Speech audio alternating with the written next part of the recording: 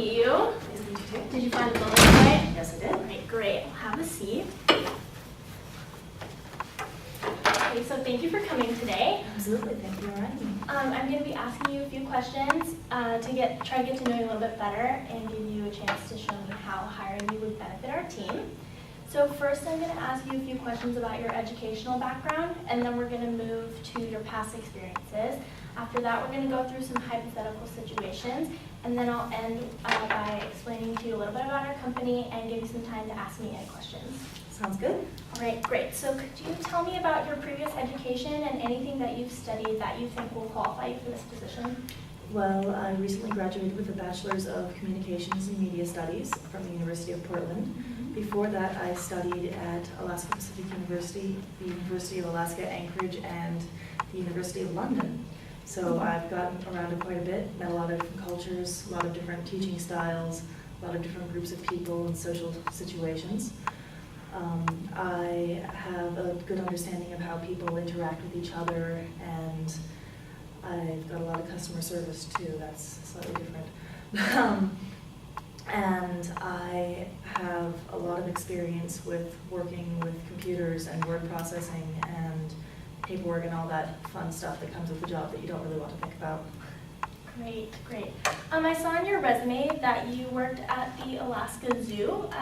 Could you expand a little bit on that, about how you worked with for team leadership and customer service and things like that? Absolutely. When I was 17, I got offered a job for the summer at the Alaska Zoo before I went back to college.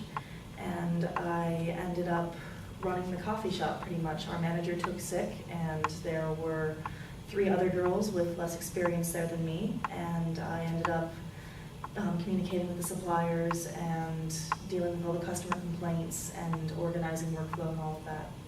Great, great. Could you describe any past experiences that you've had with event planning, whether it's professional or non-professional, that would help you with this in this position? Between the ages of 8 and 12, I was famous for my birthday parties. I was homeschooled, so it was one of the few times I got to see all my friends. But I threw 50s diner parties, 60 hippie parties, ancient Egypt parties, and every time whenever they left, all the kids would yell, "What's next year's theme? We have to start putting together costumes." I mean, we went all out. It took months of planning. So I'm good at the details. I'm good at, everything from music to lighting to, gift bags and finding something that makes it unique. Wow, those sound great. All right, so now we're going to move into some hypotheticals. All right. So suppose that your senior event specialist is out of town and a client calls asking if you could plan a last-minute Super Bowl party for them. What steps would you take to begin organizing this event? Well, I'd call the supervisor and make sure that we still have space in the schedule to deal with it. And if not, then I could say I could handle it on my own. I would talk to the client and make sure that we could organize a budget and figure out what date you wanted to set it. I'm sure the Super Bowl season, everything will be busy, so I'd start poking around and see what we have leftovers, just kind of cobble together anything we can with the minimal budget.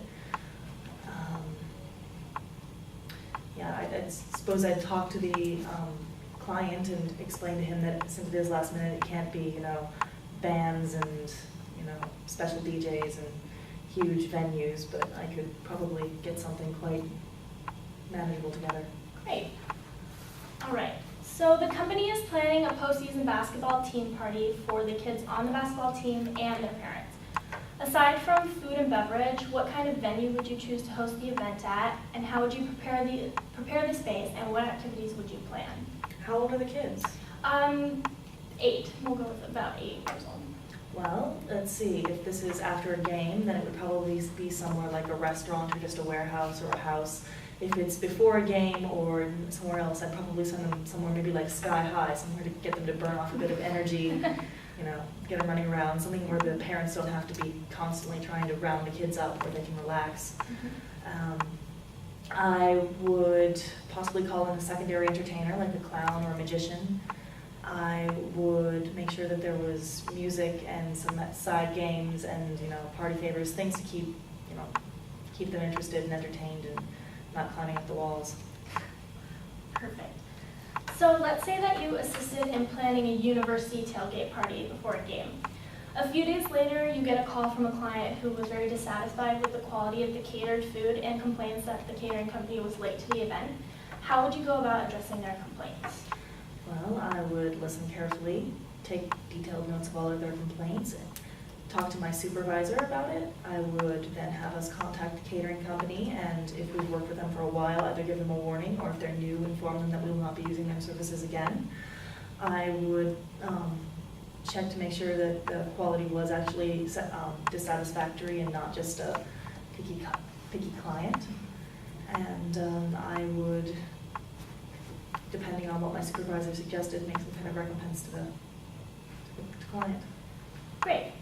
All right, so our company really prides itself on taking the stress out of party planning for our clients and providing a really personalized experience for them. We're really looking for someone who is really motivated and creative and who can take direction from our senior event specialist with extreme enthusiasm. So do you have any questions for me or anything I can clarify? I was wondering about the size of your average parties. I saw on your website that you do a lot of company parties and team parties. So for your company parties, do you tend more to the smaller, locally owned businesses or to the larger corporations? So 50 to 500 or? Yeah, we're a pretty small company ourselves, so we usually cater to more of the smaller local businesses around the area, so more of like a 50-person range. We're not quite to the 500 parties yet. So. Great. And what kind of budget do you usually have for a 50-person party to work with? It really depends on the client and how much they're kind of willing to, like what kind of things they want to see at their party, but a lot of times our budget can range from like 100 to 500 around there. All right. And that's all. Great. All right, great. Well, thank you for coming. It was nice to meet you. Thank you very much.